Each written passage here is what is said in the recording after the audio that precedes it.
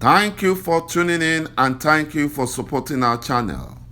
But if you are new to this channel and you haven't subscribed yet, please encourage us by doing so, and we shall continue to bring you the latest news as they come. And together we shall work with our great leader, Mazi Nnamdi Kanu, IPOB, and Eastern Security Network to make our Biafran dream a reality. He said. The United States Secretary of State, Antony Blinken, and the Defense Secretary, Lloyd Austin, are now in big trouble over the sales of attack plane to the terrorist Fulani Nigerian government. You know, our leader have said it time without number that the Secretary of State's African mission is very corrupt. They are very corrupt. So they have deceived the U.S. government. They have suppressed documents showing, human rights violations by Nigerian government. And that was what happened. They now deceived the government of the U.S.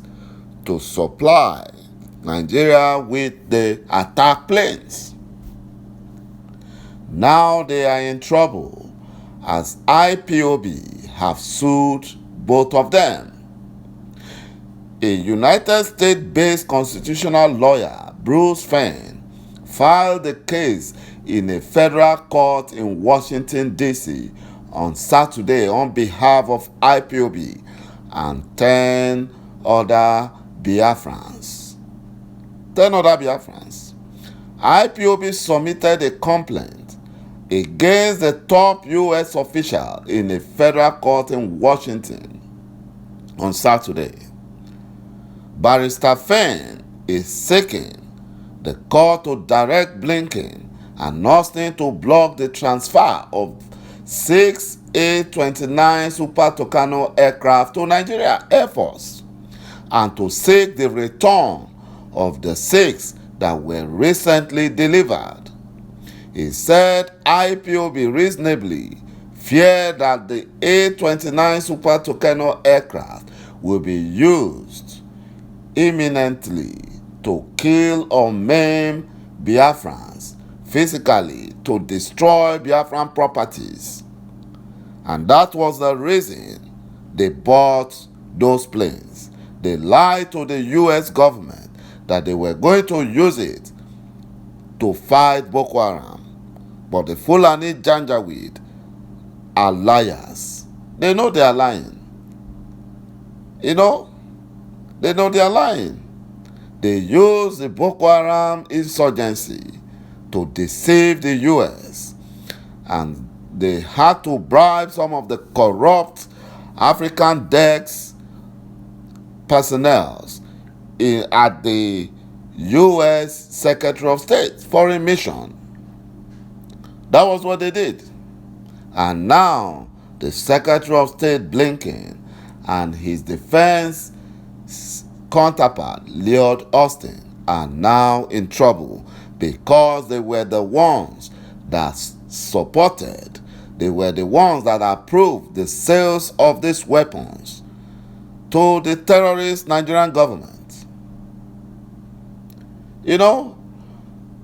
Nigeria and the United States agreed on the sales of the plane in 2017 under President Donald Trump after his predecessor, Barack Obama, suspended the deal over concerns about Nigerian security forces' human rights record because Obama was also working for the Fulani Janjaweed.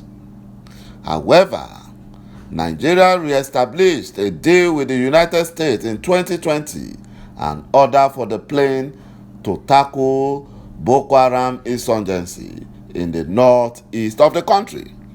But everyone knows that the BUHARI terrorist government have never deployed aircraft or any fighter jet or attack planes to fight Boko Haram or even Fulani terrorist bandits. He has never done that.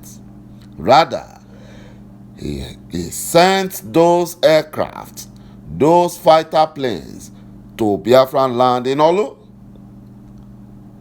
to kill Biafrans. And that is what he plans to do. According to Barrister Fenn, he said that IPOBs, the ultimate objective is peaceful means to obtain a Biafran sovereignty referendum under the United Nations. But the Nigerian Fulani government accuses IPOB of waging a violent campaign without guns, without killing people, without doing anything. Whereas the Fulani Janjaweed are there killing and maiming Nigerians, killing and maiming Biafrans, but the Fulani Nigerian government sees no problem with that. They only see problem with freedom fighters. Okay, just imagine a 10-year-old Fulani boy in Katsina, identified as Bello Abdulkadir Ado, was holding an AK-47 as a security personnel to combat ravaging Fulani bandits. You know, just as the Fulani uses underage to rig elections in Nigeria, they are also using them as terrorists. You know, a member of the Fulani Nigerian police force was sighted in the picture watching the boy with amazement from behind.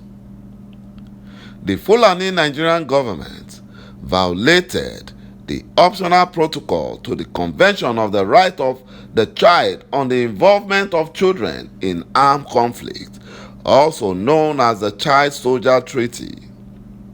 You know, the treaty already prohibits the conscription into the military of children under the age of 18. It also stated that the military recruit should not be younger than 16.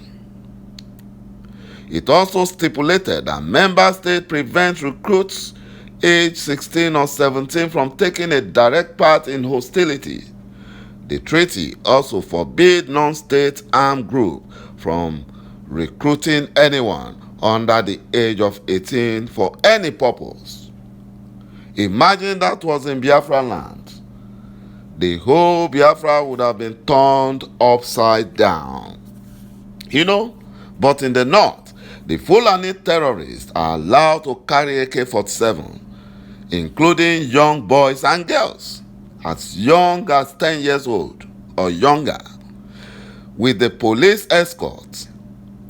Whereas in Biafra land, Biafran youths are arrested on the street at the comfort of their home, without weapons, without anything, for no just cause. A Biafran lady identified as Chiamaka Cynthia Duruigbo, has said her father, a motorcyclist operating in Oluasis of Imo State, was wrongly paraded by the Fulani Nigerian police and labeled as member of Eastern Security Network. Chiamaka said her father was on his way to buy an item at Okpokoro market when he was stopped by the Nigerian policemen who burnt his motorbike and abducted him for no reason. You know, the Imo State Police Command, the Fulani Abutuyaro, said that they recently paraded 26 suspects from Olu were arrested in connection with terrorism. You see, they are lying.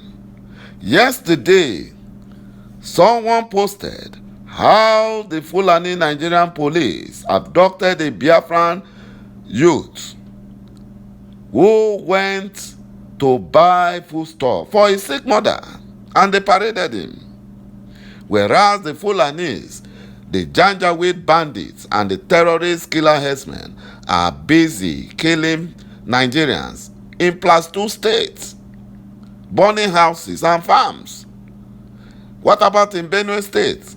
the governor had to write like a protest letter to the United Nations.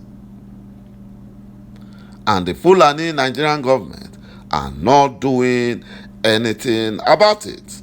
You know, since the beginning of the terrorist Buhari's regime in 2015, the International Police Science Association, World Internal Security and Police Index, ranked the Nigerian police force 127 out of 127 countries in the world.